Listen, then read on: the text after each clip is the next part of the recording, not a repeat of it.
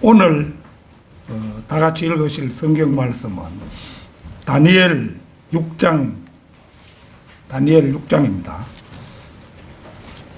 다니엘 6장 18절부터 24절 말씀입니다.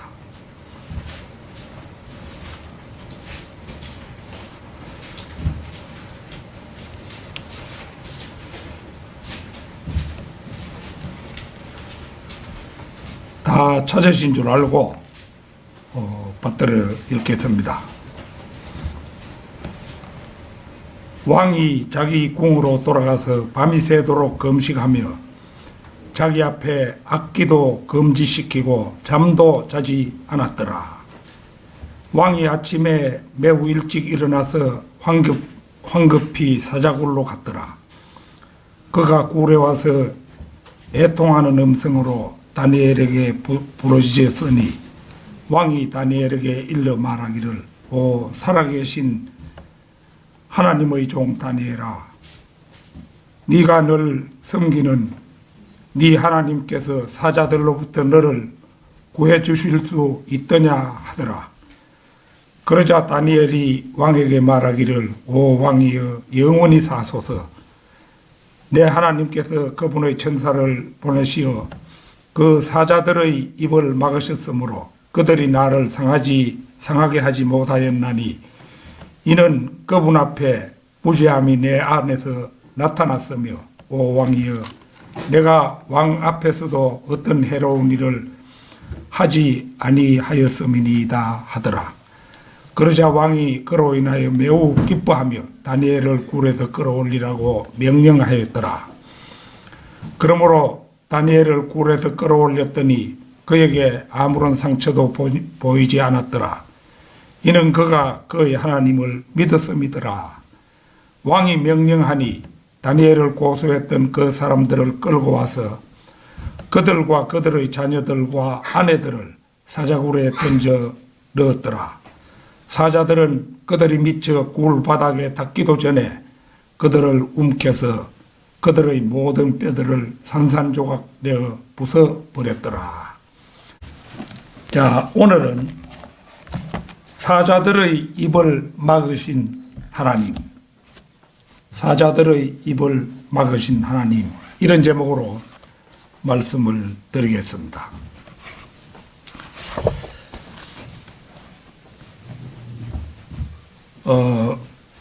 성경의 인물들 가운데 노아, 아브라함, 욥, 모세, 사무엘, 다윗 이런 사람들은 구약 성경에서 대표적 인물들로 믿음의 챔피언들이라고 할 만한 사람들이죠.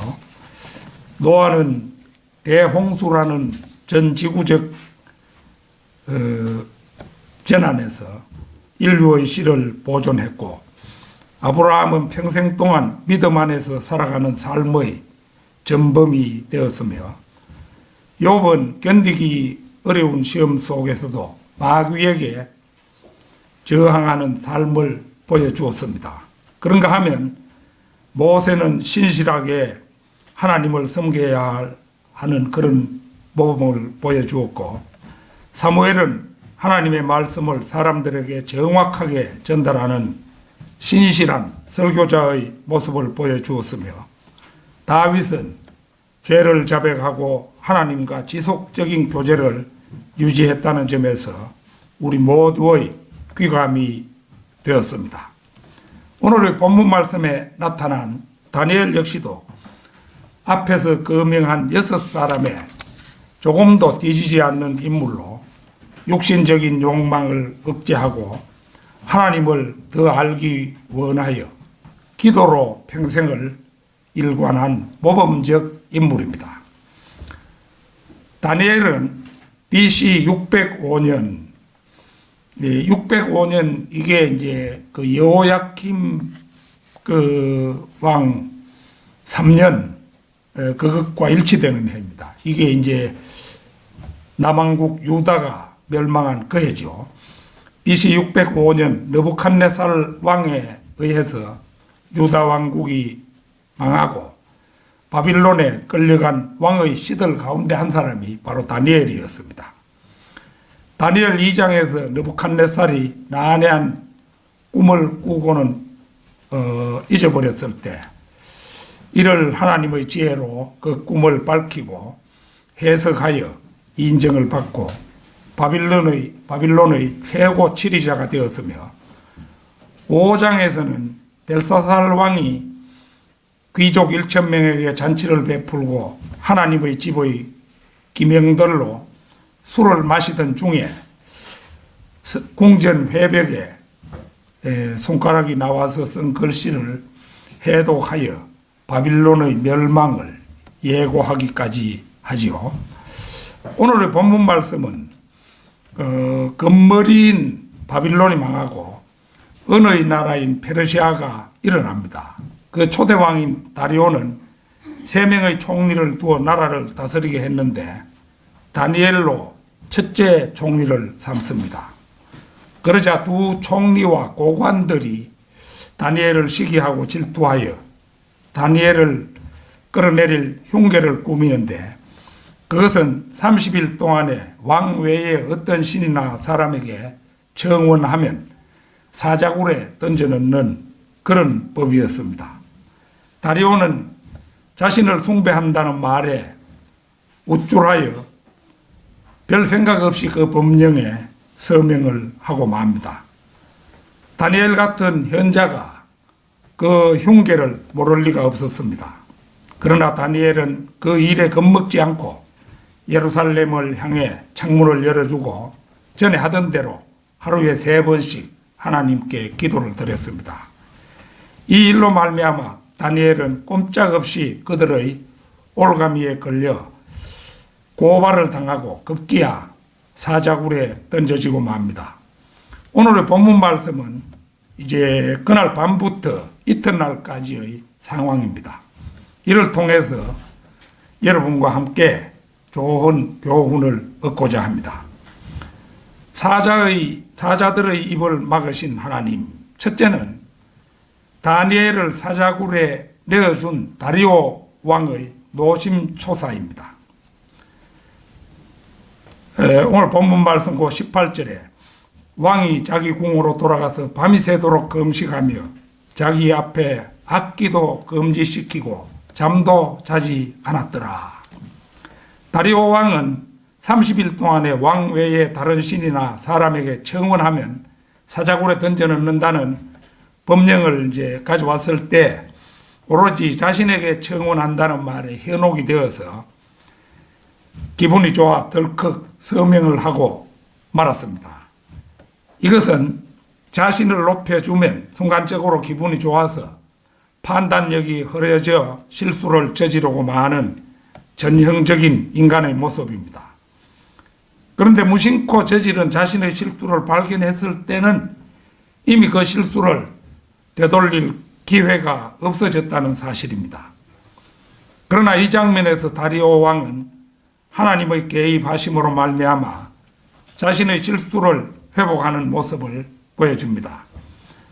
성경에는 아버지 하나님과 아들 하나님 그리고 성령 하나님의 모형들이 여러 곳에 숨겨져 있음은 널리 알려진 사실입니다.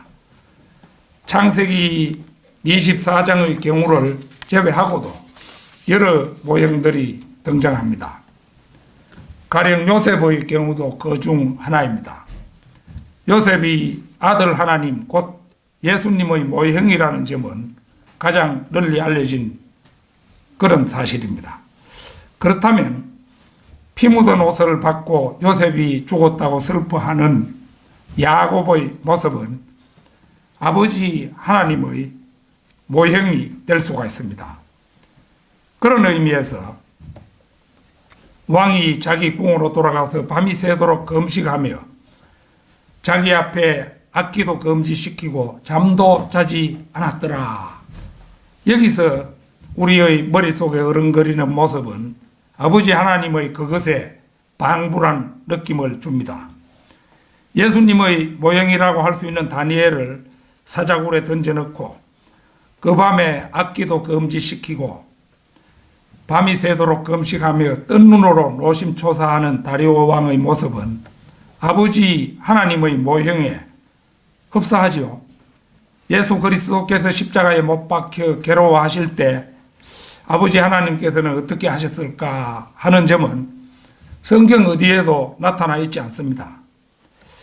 마태복음 27장 45절 46절 한번 찾겠습니다. 마태복음 27장 45절 46절입니다.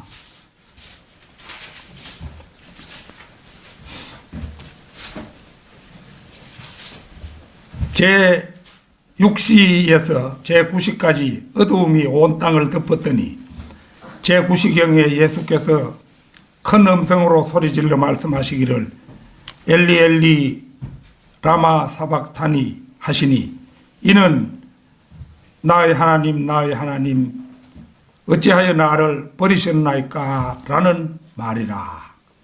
예수 그리스도께서 십자가에 달려 숨을 거두시기 직전의 상황이죠. 이때 어두움이 온 땅을 뒤덮었고 해가 어두워진 가운데 나의 하나님 나의 하나님 어찌하여 나를 버리셨나이까 이렇게 호소하셨습니다. 그런데 아버지 하나님께서는 묵묵부담인 채로 침묵하셨습니다. 이것이 혹시 아버지 하나님께서 너무 냉정하시고 냉혹한 분이셔서 그럴 것이라고 생각하십니까? 혹시나 우리가 찬찬히 생각해 보건대 인간의 눈물을 하나님께서 지으셨지요. 또 울음도 하나님께서 지으셨지요. 이러신 분이 슬픔과 아픔을 모르시겠습니까? 저는 그렇지 않다고 생각을 합니다. 이사야 49장 15절 한번 찾겠습니다. 이사야 49장 15절.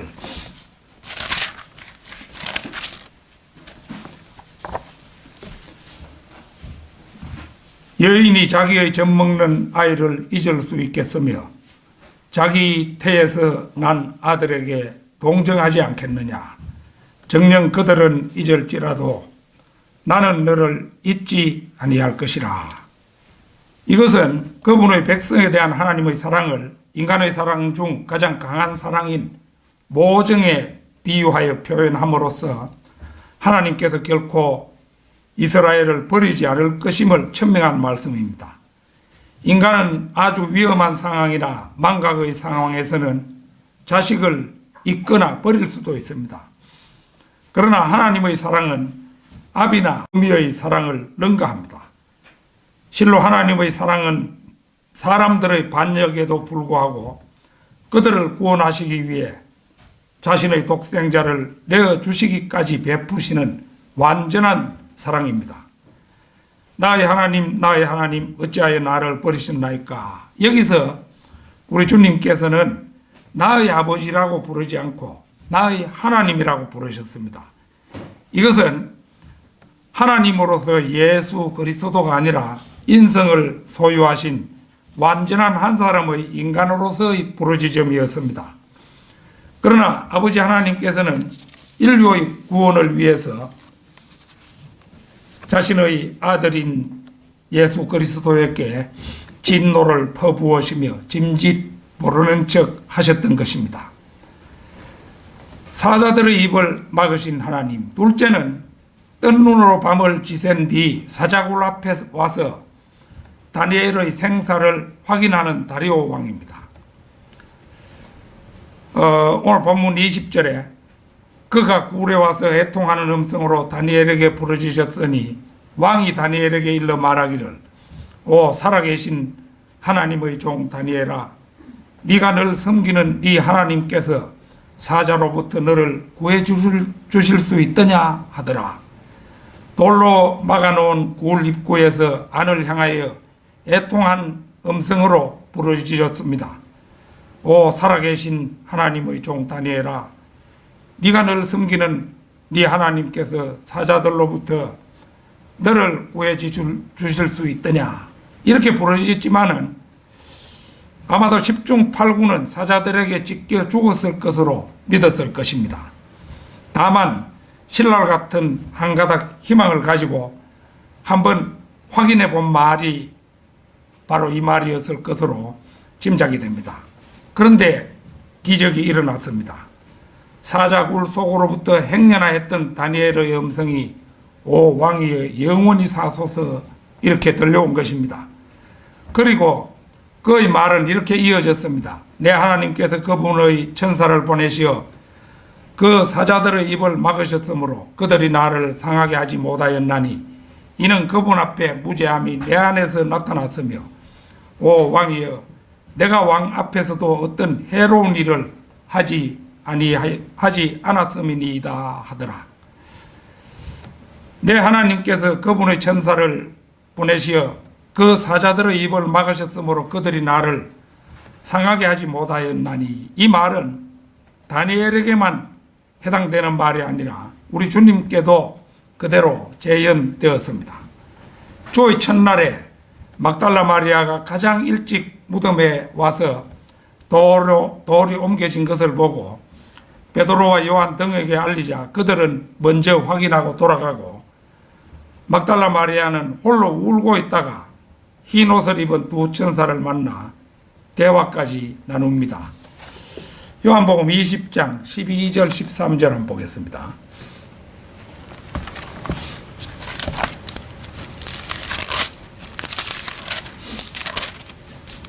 요한복음 20장 12절 13절입니다.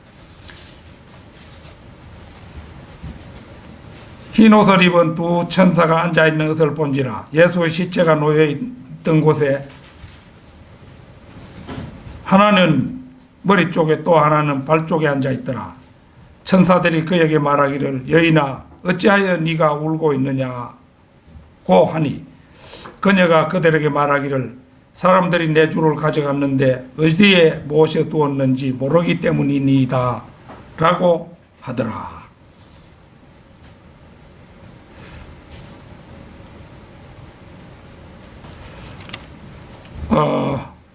이제 여기서 이제 보면은 주님께서는 우리가 어디에 있든지 이제 거기에 필요하다면 자신의 천사를 보내실 수가 있고 우리를 지켜줄 수 있다는 그런 사실입니다.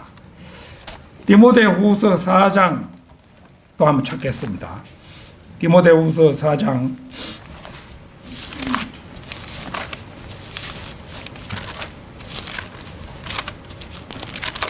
17절 18절입니다.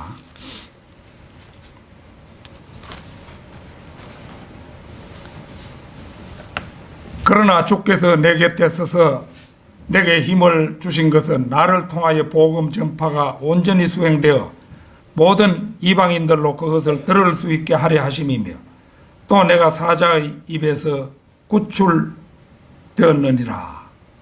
주께서는 나를 모든 악한 일에서 구해내시고 거의 하늘나라에 이르기까지 나를 보호하시리니 영광이 그분께 영원 무궁토록 있기를 원하노라. 아멘. 여기에서 사자의 입에서 구출되었다는 것은 궁극적으로 죽음에서 구출되었다는 말씀은 아닙니다. 그는 목배임을 당하게 되어 있었으므로 바울이 달려갈 길을 다 마칠 때까지 마귀에게 넘겨지지 않고 살아있게 하셨다는 의미를 구출되었다는 의미로 보아야 할 것입니다. 오늘 본문 말씀에 무죄함이 내 안에서 나타났다. 이것은 예수 그리스도에게 해당되는 말씀입니다.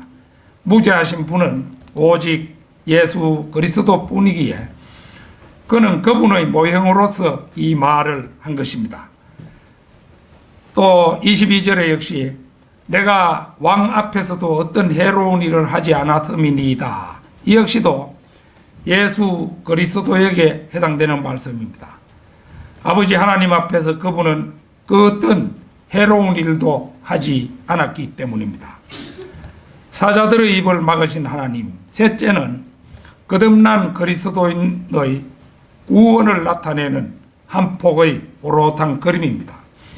오늘 본문 말씀 23절이에요. 그러자 왕이 그로 인하여 매우 기뻐하며 다니엘을 굴에서 끌어올리라고 명령하였더라. 그러므로 다니엘을 굴에서 끌어올렸더니 그에게 아무런 상처도 보이지 않았더라. 이는 그가 그의 하나님을 믿었음이더라.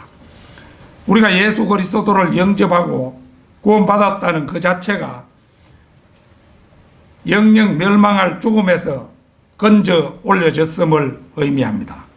거듭난 성도가 죽음에서 생명으로 옮겨졌다는 것이 바로 이것입니다. 사자는 마귀의 모형입니다. 베드로전서 5장 8절 찾겠습니다.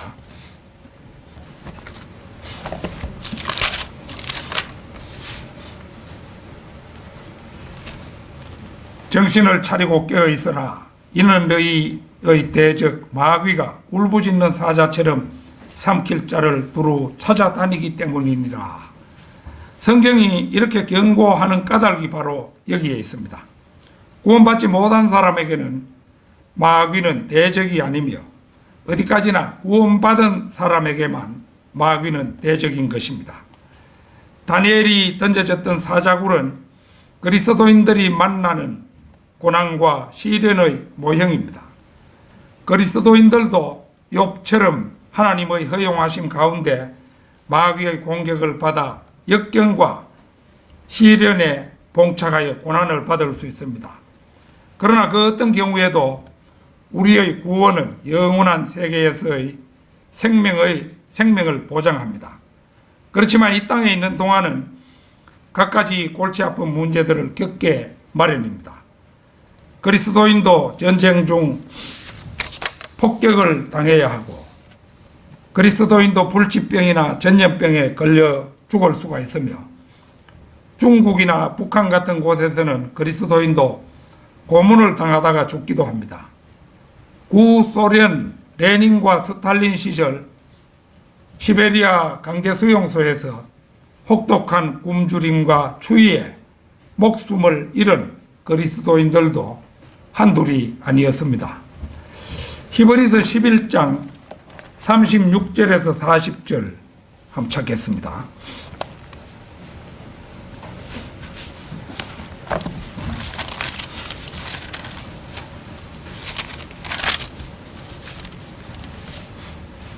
또 어떤 사람들은 잔혹한 조롱과 채찍질의 시련도 받았고 더욱이 결박당하고 감옥에도 갇혔으며 돌로 맞고 돌로 맞은 거 이거 스테판이 그랬죠. 바울도 그러했었고요. 톱으로 캐어지고, 이 톱으로 캐어진 사람은 이사야 선지자라고 합니다.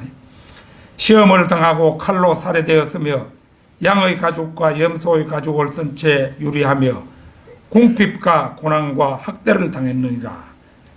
세상은 그들이 살만한 데가 못되었으므로 그들은 광야와 산속과 동굴과 토굴에서 유리하였느니라.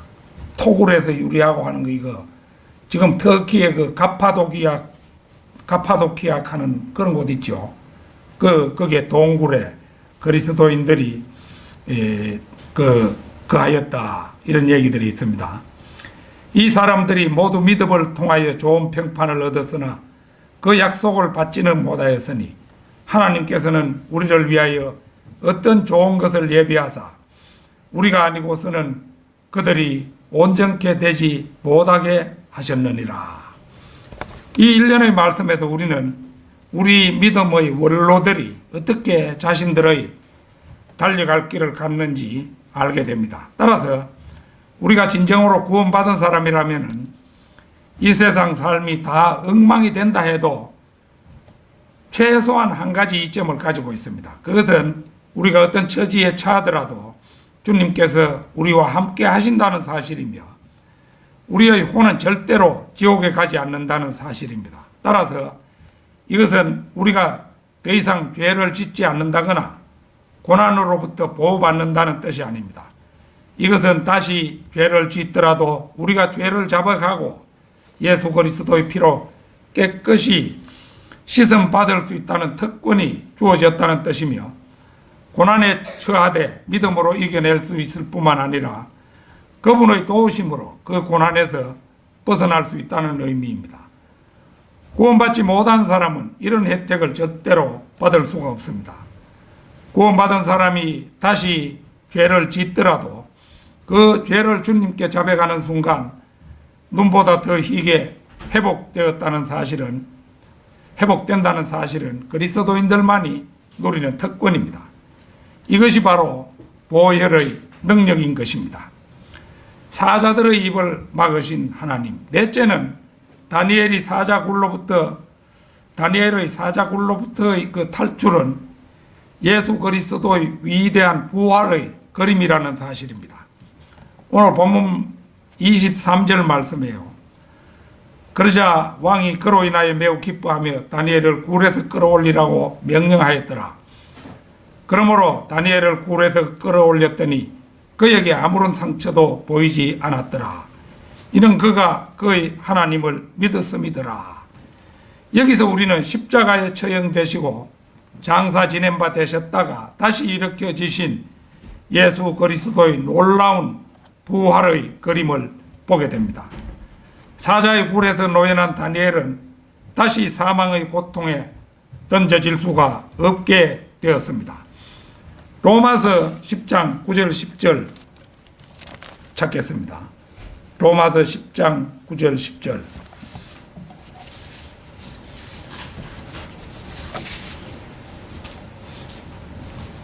네가 네 입으로 주 예수를 시인하고 또 하나님께서 그를 죽은 자들로부터 살리신 것을 네 마음에 믿으면 구원을 받으리라.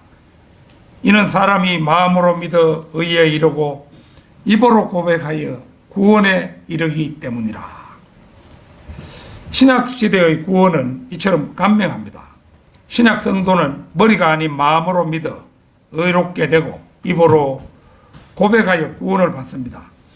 머리로만 믿으면 어떤 사실을 알고는 있되 완전히 신뢰하고 자신을 맡기지는 못합니다. 그러나 마음으로 믿으면 무엇을 알 뿐만 아니라 그것을 온전히 신뢰하고 의지하여 우리 자신을 맡기게 됩니다. 우리가 엘리베이터에 주저없이 타는 것은 엘리베이터를 안전하다고 신뢰하기 때문이죠. 그러나 엘리베이터는 간혹 가다가 고장이 나가지고 엘리베이터 그 쇠사슬이 끊어져가지고 바닥으로 떨어져가지고 사람이 죽기도 하죠. 그러니까 이제 이 인간이 만든 엘리베이터 이거는 끝까지 완전한 것은 아니에요. 그러니까 이제 어떤 시기적으로 늘 점검을 해주고 뭐 이래 해야 되는 것이죠. 그러나 우리가 대부분은 안전하다고 믿고 타지요. 마찬가지로 예수님을 구주로 영접하는 것은 그분을 믿어서 지옥에 가지 않고 그분과 영원을 함께 하기 위해서입니다. 하버드 대학을 나왔다 해도 말씀을 믿지 못하는 사람은 어리석은 자입니다. 시골에 묻혀 사는 일자 무식일지라도 영적 눈을 뜬 사람은 현자입니다. 그런 의미에서 성경대로 믿는 사람들은 누구를 막론하고 현자인 것입니다. 이제 인터넷 동영상 같은 걸 보면은 구원을 어떻게 받는가 이런 것을 이제 우리 성경대로 믿는 사람들이 아닌 다른 쪽에서 동영상 올린 것을 보면은 주로 요한복음 이런 정도를 가지고 구원 얻는 것을 해요. 그래 이제 내가 늘 궁금하게 생각하는 것은 사도 바울이 로마서 10장 9절 10절을 구원받는 최고 중요 구절로 두었는데 우리 그리스도인들은 사도 바울의 교리를 주로 따르지 사복음서를 주로 따르는 것이 아니잖아요. 우리의 그 신약 성도의 교리는 사도 바울의 그 서신들에 다 나와 있는 거예요. 그래서 거기서 제일 중요한 로마서 9절 10절 이걸 빼놓고 물론 그래 해도 구원을 받지 못하리란 법은 없지만은 내가 몇 가지를 쭉 들어봤더니만 어딘가 찝찝하다. 마치 일을 다 해놓고도 마지막 매듭을 맺지 않은 것처럼 뭐 그렇게 되는 거예요. 그런데 사람이 마음으로 믿어 의에 이르고 입으로 고백하여 구원에 이르기 때문이라. 이거 분명하잖아요. 이렇게 입으로 고백하는 순간에 마지막 구원의 매듭을 딱 맺는 거잖아요. 일반 교회 사람들 그걸 몰라요. 여간 뭐 성경을 많이 안다는 사람도 사도 바울의 그 서신서에는 주목을 하지 않는 거예요. 로마서 8장 2절을 찾겠습니다. 로마서 8장 2절.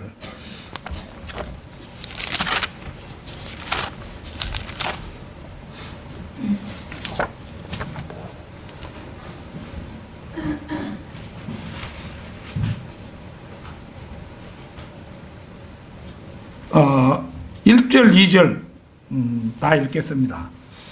그러므로 이제 그리스도 예수 안에 있는 자들에게는 결코 정죄함이 없나니 그는 육신을 따라 행하지 아니하고 성령을 따라 행하느니라. 이는 그리스도 예수 안에 있는 생명의 성령의 법이 죄와 사망의 법에서 나를 해방시켰기 때문이라. 신약시대의 구원은 이제 조금 전에 한 그대로 아주 간명한 것입니다만은 여기서 말하는 생명의 성령의 법이란 일종의 자연 법칙과도 같이 자동적으로 작용하는 법칙으로서의 법입니다. 따라서 성령께서 들어오심과 함께 자동적으로 생명이 들어옴으로써 죄와 사망의 법이라는 자연 법칙에 의해 영향을 받고 있던 우리가 즉시 거기서 벗어나게 됩니다. 우리가 구원받는 순간 성령께서 우리의 몸 안으로 들어오시면 그 순간 이제 영이 거듭나면서 우리의 혼을 육신으로부터 도려내어서 몸과 분리시키는데 이것이 곧 영적 할례지요. 골로새서 2장 11절 찾겠습니다. 골로새서 2장 11절.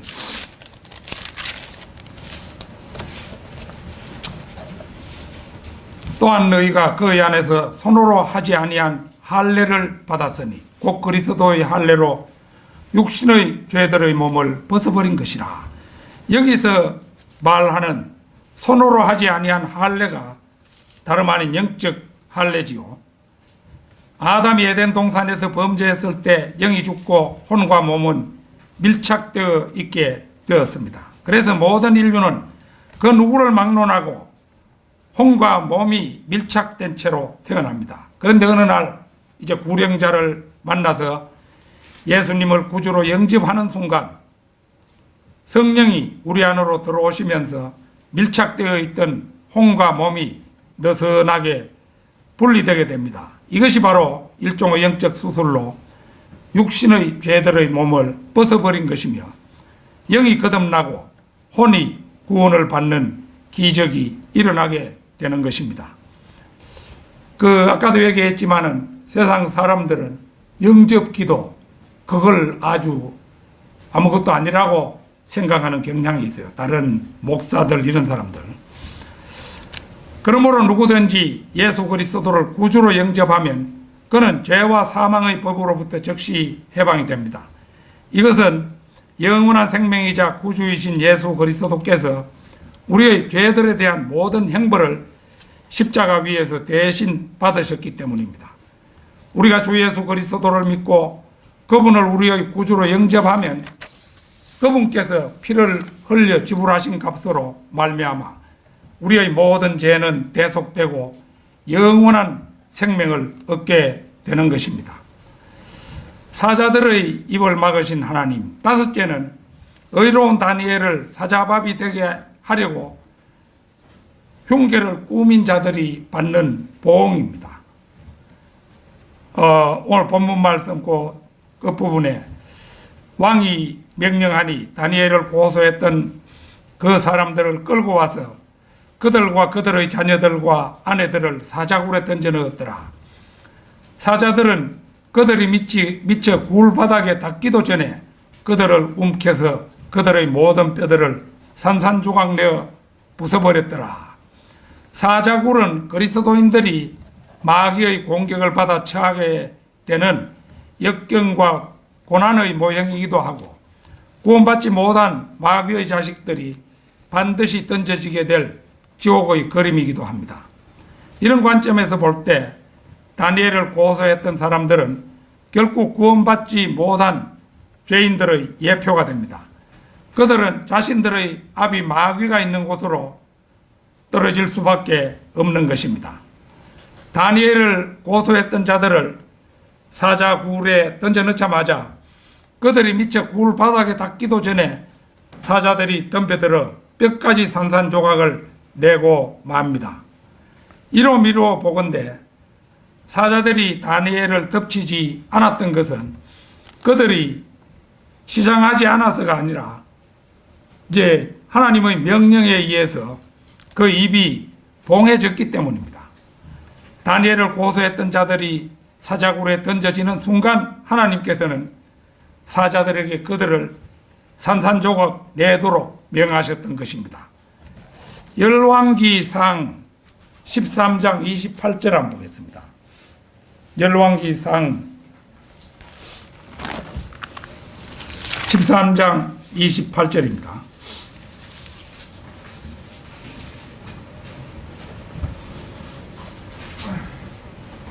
그가 가서 길에 버려진 그 사람의 시체를 보니 나귀와 사자가 그 시체 곁에 섰는데 사자가 시체를 먹지도 않았고 나귀를 찢지도 아니하였더라.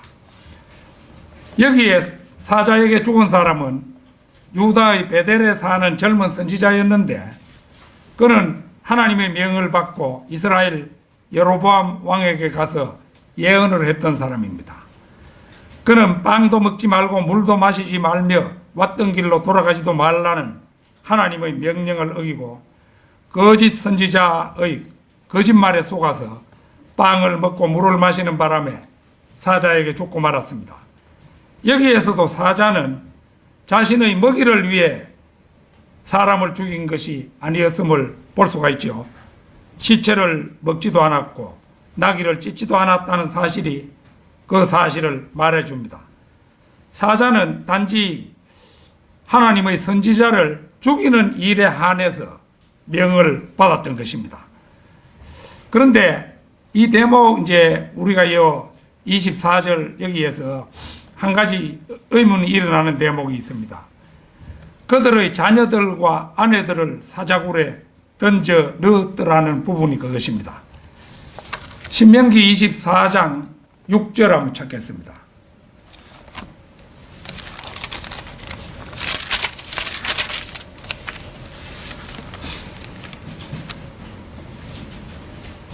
아, 6절이 아니고 16절입니다. 신명기 24장 16절.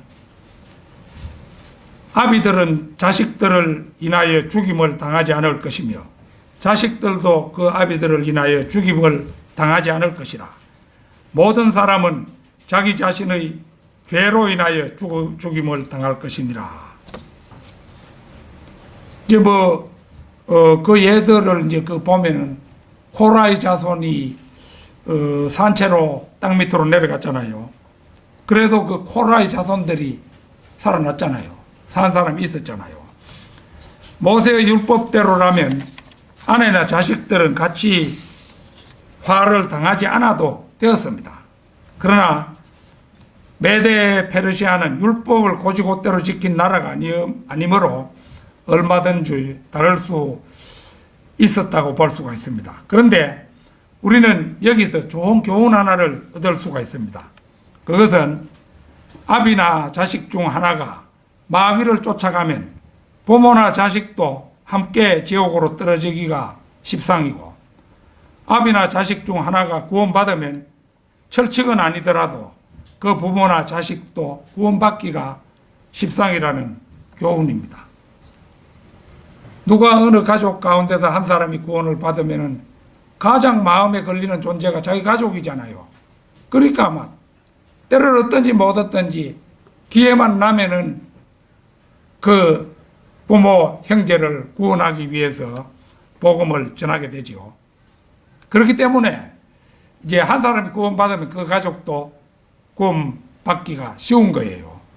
그렇기 때문에 이제 사도행전 16장 31절에 보면은 그들이 말하기를 주 예수 그리스도를 믿어라. 그리하면 너와 네 집안이 구원을 받으리라. 네가 구원을 받으리라 이 말을 하지 않고 너와 네 집안이 구원을 받으리라. 하나님 그렇게 말씀하셨어요. 자신의 부모나 자식이 아직 구원을 받지 못했다면 이 약속을 믿고 계속 기도하고 설득시켜야 할 것입니다. 결론적으로 우리가 알 일은 다니엘이 던져졌던 사자굴은 오늘날에도 존재한다는 사실입니다. 더구나 놀랄 일은 전 지구촌이 사자굴로 화했고 지구촌 사람들은 너나 없이 사자들의 위험에 노출되어 있다는 점입니다. 현재 전 지구촌을 휩쓸고 있는 팬데믹 소동이 그것입니다. 이 사자 때는 전후방이 따로 없고 언제 어디서나 으르렁거리면서 포위망을 좁혀오고 있습니다. 이것은 분명 전에는 경험한 적이 없는 미정유의 상황입니다. 제가 70년이 넘도록 세상에 살아왔지만 한 번도 이런 사태는 없었어요. 믿지 않는 사람들은 그렇다 치더라도 우리 그리스도인들은 이제나 저제나 오실 주님을 기다리며 휴거를 앞둔 이 시점까지 잘도 버텨왔는데 저 악의 무리가 만든 그 중국 공산당 그놈들이 만든 거잖아요. 이 코로나 바이러스가. 그 악의 무리가 만든 생화학 무기에 속절없이 희생이 되어서 애녹의 모형이 되기까지 불과 일보 직전에서 그 코로나에 걸려서 이 세상 삶을 마감한다면 그 얼마나 억울한 일입니까? 그처럼 억울한 일은 다시 없을 것 같아요. 제가 생각하기에. 지지난주에 설교에서 말씀드렸습니다마는 모세의 기도에서 80년을 한 세대로 잡아서 이스라엘 독립한 1948년에 더하면 2028년 휴거는 대환란 7년 전에 이제 일어나기 때문에 그 7년을 대하면 2021년. 그러니까 러크만 목사님은 이제 한 세대를 42년으로 해석해가지고 90년 무렵에 휴거를 간절히 기다리고 있었어요. 그런데 그때 일어나지 않았죠. 그 후에도 세월이 많이 흘러서 러크만 목사님 결국 휴거되지 못하고 죽음을 맞이한 거 우리가 잘 알고 있죠. 70년으로 잡으면은 2018년 7년을 빼면 2011년에 휴거가 일어났어야 되는데 그때도 일어나지 않았어요. 이제 그 다음 단계가 이제 80년으로 잡을 때 2028년 이제 거기에서 7년을 제하면 2021년 참으로 휴거의 때가 가시권으로 들어왔다고 볼 수가 있습니다. 아까 내가 다니엘 연대를 얘기하면서 느부갓네살 왕이 605년에 침입했다고 했잖아요. 요 연도 요거 아주 중요합니다. 내가 다음 기회에 다시 한번 말씀드리겠습니다만은 이제 다니엘서에 보면은 요건 내가 설교로 작성할 때 작성하지 않은 그런 적극적인 얘기입니다. 그 이제 1290년 1290일 그 다음에 1335일 요 두 가지 날짜가 나와요. 이걸 연호로 계산해서 이제 BC 605년에다가 보태면은 우선 이제 1290년이니까 거기에서 605년을 빼야 되겠죠. 왜냐하면은 BC는 거꾸로 내려오잖아요. 그렇잖아요. 58년에서 57년, 56년, 55년 이런 식으로 내려오니까 빼줘야 됩니다. 그걸 빼줘가지고 1335를 보태주면은 2020년이 딱 나오는 거예요. 자, 우리가 이제 여기에, 자, 우리는 그 다니엘서를 참고로 하지 않고 무화과 나무와 그 비유를 배우라. 여기에서도 이제, 우리 나름대로 80년을 계산으로 해보니까 2021년이 나오죠. 근데 605년을 기점으로 해서 1290년, 1335년, 그거 보태가지고 605년을 딱 빼주면은 그게 2020이 나오는 거예요. 이게 우연이겠는가? 그리고 한 가지 알 일은, 이 무화과나무 비유로 해석하니까 그 계산해 보니까 2021년이 나오는데 그거는 2020년이 왜 나오는가? 하겠지만은 1년 차이, 그거는 차이가 없는 거나 마찬가지예요. 저쪽 연대가 7월 달에 시작하기 때문에 우리 지금 이 연대는 1월 1일을 한 해의 그 시작점으로 잡잖아요. 그런데 저쪽 그 연대는 7월 달이 우리 1월 달과 마찬가지예요. 그러니까 그게 21년이나 20년이나 그게 그거예요. 하여튼 지금 휴거의 날이 아주 인접해서 다가오고 있다. 그거를 우리는 항상 명심하고 이제 우리의 매일매일의 생활 이런 것도 거룩하게 살려고 노력하고 매일 말씀을 읽고 기도하고 이렇게 하면서 이 마지막 때를 우리가 견뎌가야 할 것입니다. 제가 이런 말을 한다고 너무 종말론자, 우리 목회자님은 너무 종말론자다 이렇게 생각하지 마세요. 왜 그러냐 하면은 데살로니가전서 5장 4절 보겠습니다. 데살로니가전서 5장 4절 5절.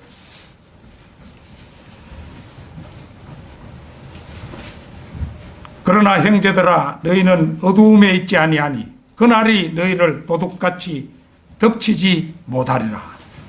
너희는 모두 빛의 자녀들이라. 낮의 자녀들이라. 빛의 자녀들이며 낮의 자녀들이라. 우리는 밤이나 어두움에 속하지 아니하노라. 여기를 보면 그 날은 분명히 도둑같이 덮치지 못한다고 하지 않습니까? 우리가 미리미리 휴거에 대비한다고 해서 나쁠 일은 없는 것입니다. 히스기야가 하나님의 최후 통첩을 받았을 때 눈물로 간구하자 15년을 연장해 주신 사실을 우리는 기억합니다. 하나님의 계획 자체가 변경될 수는 없지요. 그런데 한 개인의 생애 정도는 기도로 변할 수가 있죠. 그러니까 아무쪼록 하나님께서 이 팬데믹 소독 속에서 휴거의 그날까지 우리 모두를 지켜주실 것을 우리는 기도할 때마다 간구해야 하겠습니다. 다 같이 기도드리겠습니다.